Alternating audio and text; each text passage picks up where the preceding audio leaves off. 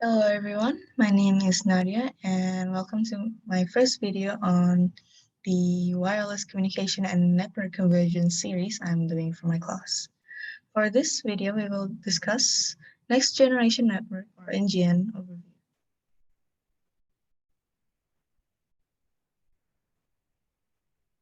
Okay.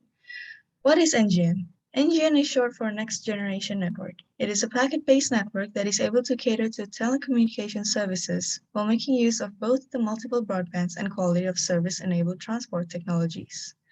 The network type is similar to that of the internet that we use almost daily in our lives. This network provides unburdened access between the user and networks, as well as competing services that are used by the user. The service that is provided by NGN is capable of granting universal and consistent access to its user. In a nutshell, well, an NGN is a broadband managed IP-based network. An IP-based network can be delivered through a fixed networks, which is fiber optics, mobile network, such as cellular network, and wireless network.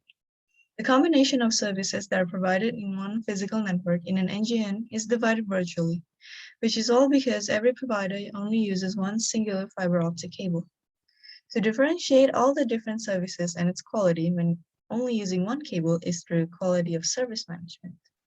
This means that it is essential for the server to be both intelligent and powerful as it must undertake several complicated tasks.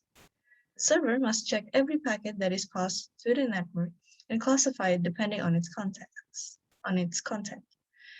in which some categories include web browser and voice or TV broadcast. If the packet contains voice data, then it should be the top priority.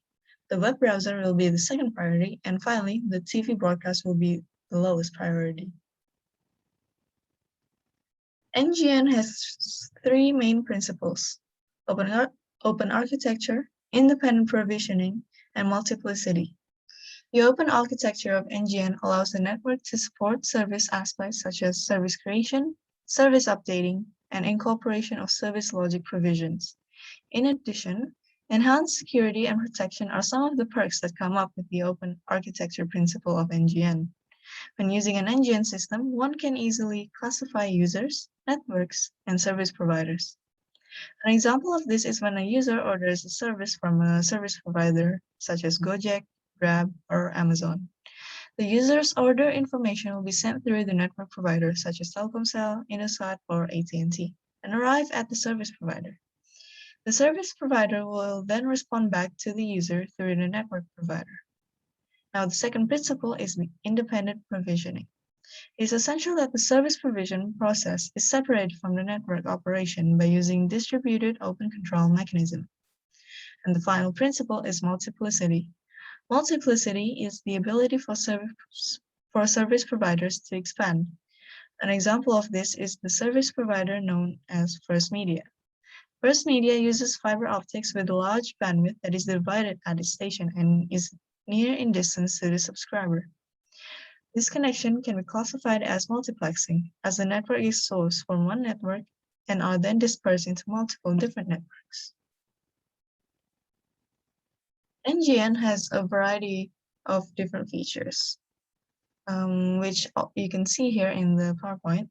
They include packet-based transfer, separation of control functions among base station control, call or session, and application, decoupling of service provision from transport, support for a wide range of service based on service building blocks, broadband capabilities with an end-to-end quality of service, interlocking with legacy networks via the open interface, generalized mobility, unfettered access by users to different service providers, variety of identification schemes, unified service characteristics for the same service as perceived by the user, converge or combine services between fixed or mobile, independence of service-related functions from underlying transport technologies, and support of multiple last-mile technologies.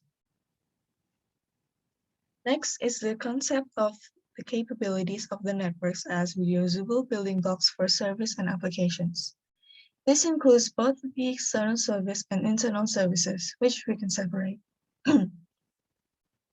Then, external and internal can be executed by a reusable block, which means it is service creation or execution. These blocks are responsible for each service. NGN capability should be able to support transport, connectivity, communication modes, media resource management, codecs, which is related to video format or audio format, user networks, interconnection, interoperability, and interworking, routing, quality of service, security, PSTN or ISDN, emulation and simulation, and many more. The NGN has two model layers, which are the NGN service layer and the NGN transport layer. The service and transport layers are separated. The service layer consists of the user plane, control plane, and management plane. Similar to that of the service layer, the transport layer also contains the user plane, control plane, and management plane. The user plane consists of user data. What differs between the two is that the control plane controls the network and the user's data, while the management plane controls how the provider manages each user. Next, we have the functional architecture of NGN. It begins with applications, which is what the user is able to do. Then the application contacts the service stratum or service layer. These are classified as application support functions and service support functions. The user profile function and other NGN service components connects to the other components such as PSTN, ISDN, or IP multimedia service component. The application will connect to the transport network.